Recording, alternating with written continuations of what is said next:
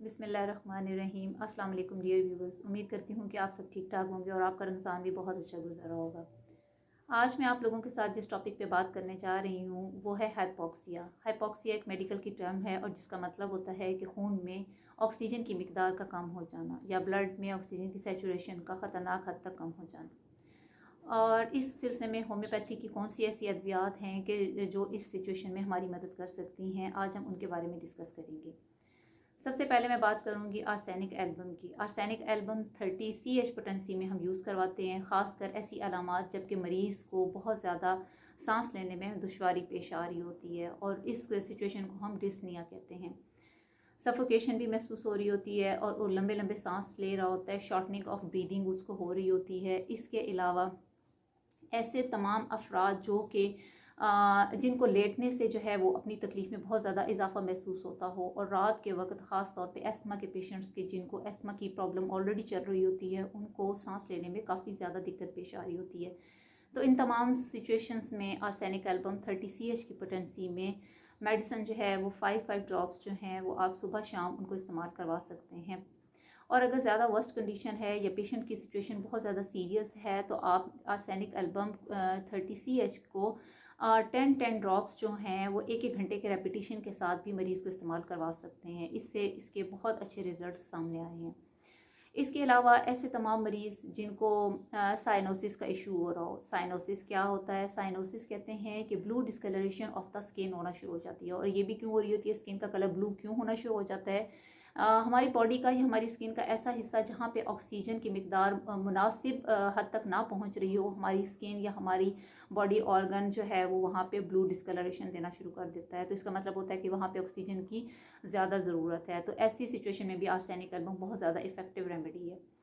इसके अलावा ऐसी तमाम सिचुएशंस जो कि एस्मा के बिगड़े हुए केसेस होते हैं और कोविड-19 का पेशेंट जैसे है, अगर उसने अभी इन सिम्टम्स को एक्वायर किया है तो वो इतनी ज़्यादा वर्स्ट अभी नहीं है और वो पीछे से उसकी हिस्ट्री जो है वो एस्मा की चली आ रही है, तो ऐसे मरीज़ों को भी आर्सेनिक एल्बम का इस्तेमाल करवाने से बहुत अच्छे रिजल्ट सामने आए हैं।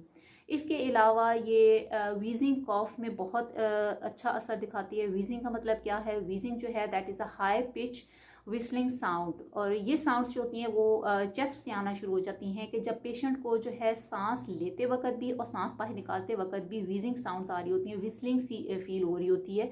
तो उस सिचुएशन में आर्सेनिक एल्बम 30 बहुत ज़्यादा इफेक्टिव रेमेडी हुआ करती है। और इस तरह के पेशेंट्स को जो है वो बहुत ज़्यादा सफोकेशन हो रही होती है क्योंकि उनके लंग्स में, उनके एयर सैक्स में जो है वो कैटार बहुत ज़्यादा जमा हो चुका होता है, बहुत ज़्यादा रेशा उनको पैदा हो चुका होता है, जिसकी वजह से उनकी जो एयर सैक्स हैं या जो उनके एयर वेज होते हैं, जो हमारे लंग्स को जाने वाले वो एयर वेज, वो रास्ते जिनके ज़रिए हवा हमारे लंग्स में दाखिल होती है, उनकी नैरोइंग होना शुरू हो जाती है। जब वो तंग होना शुरू हो जाती हैं तो उस वक्त भी मरीज़ को काफ़ी ज़्यादा डिफ़िकल्ट ब्रीदिंग का सामना करना पड़ता है। तो इस सिचुएशन में भी arsenic album 10 drops 3 times a day अगर इस्तेमाल करवाएंगे तो बहुत जल्दी और बहुत अच्छे असरात इसके सामने आएंगे।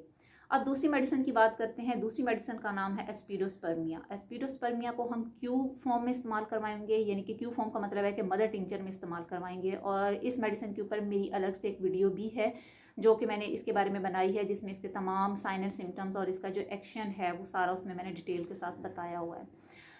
एस्पिडोस्पर्मिया में क्या होता है कि इसको हम डिजिटैलिस ऑफ लंग्स भी कहते हैं कि ये एक लंग्स का टॉनिक है। लंग्स की फंक्शनिंग हो या उसको लंग्स को स्ट्रेंथ देने के लिए एस्पिडोस्पर्मिया से बेहतर कोई दवा नहीं है। और ये बहुत अच्छे इसके असरात सामने आते हैं, ख़ास तौर पे कि जब हमारे रेस्पिरेटरी ट्रैक्ट में या ऑक्सीजन की सप्लाई में बहुत ज़्यादा ऑब्स्ट्रक्शंस आ रही हों तो ये उन तमाम हर्डल्स को रिमूव करने के लिए एक बहुत बेहतरीन मेडिसिन मानी जाती है। इसके अलावा अगर ब्लड में ऑक्सीजन की सप्लाई बहुत ज़्यादा कम हो गई है तो उस सप्लाई को भी इंक्रीज़ करने के लिए, ऑक्सीजन का लेवल जो है वो ब्लड में ज़्यादा करने के लिए एस्पिडोस्पर्मिया का इस्तेमाल किया जाता है और इसके बहुत अच्छे नतीजे सामने आते हैं। इसके अलावा ये एक इफ़ेक्टिव रेमेडी है उन तमाम केसेस में जहाँ पे एस्मा की सिचुएशन क्रिएट हो चुकी हों, जहाँ पे हमारे एयर सैक्स जो हैं, जो लंग्स हैं, उसमें किसी किस्म की पैथोलॉजिकल चेंजेस आ गई हैं। लंग्स के स्ट्रक्चर में, लंग्स की एनाटॉमी में अगर कोई प्रॉब्लम पैदा हो गया है तो वहाँ पे भी एस्पिडोस्पर्मिया बहुत अच्छा काम करती है। उम्मीद करती हूँ कि मेरी आज की वीडियो भी आपको बहुत पसंद आई होगी। मेरी वीडियो को लाइक, शेयर एंड सब्सक्राइब करना हरगिज़ मत भूलिएगा। इंशाल्लाह मुलाकात होगी आपसे अगली वीडियो में। टिल देन अल्लाह हाफिज़।